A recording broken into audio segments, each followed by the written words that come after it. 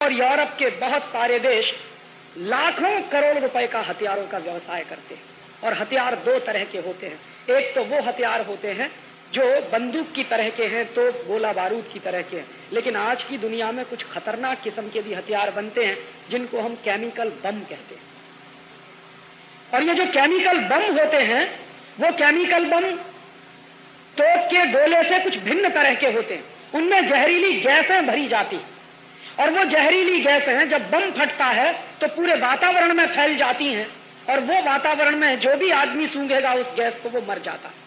तो तोप के गोले से ज्यादा असरकारक होता है केमिकल बम, और अमेरिका की ढेरों कंपनियां केमिकल बम बनाती हैं और उन केमिकल बम को बनाने के लिए दो तीन जहरीली गैसें इस्तेमाल होती हैं।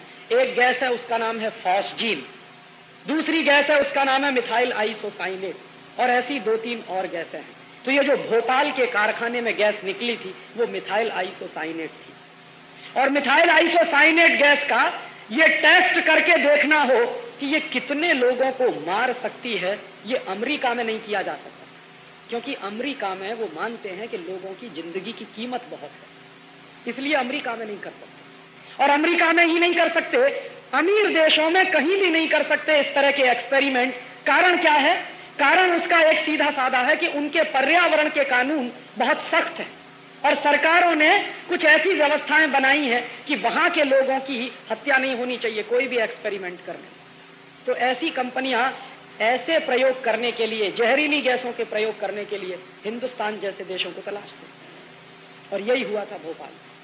मिथाइल आइसोसाइनेट गैस निकली और एक रात में 10,000 लोग मर गए और पिछले 12 साल में 5 लाख से ज्यादा लोग बुरी तरह से प्रभावित हुए। अभी भी मौत का तांडव चलता है भोपाल में, अभी भी लोग मरते हैं उस जहरीली गैस के असर से। वो उन्होंने बाकायदा खूबसूरत प्रयोग करके देखा और इसी प्रयोग के बाद फिर अमेरिका की फौजों ने और यूरोप के देशों की फौजों ने केमिकल बम गिराए इराक के ऊपर जब खाड़ी युद्ध हुआ।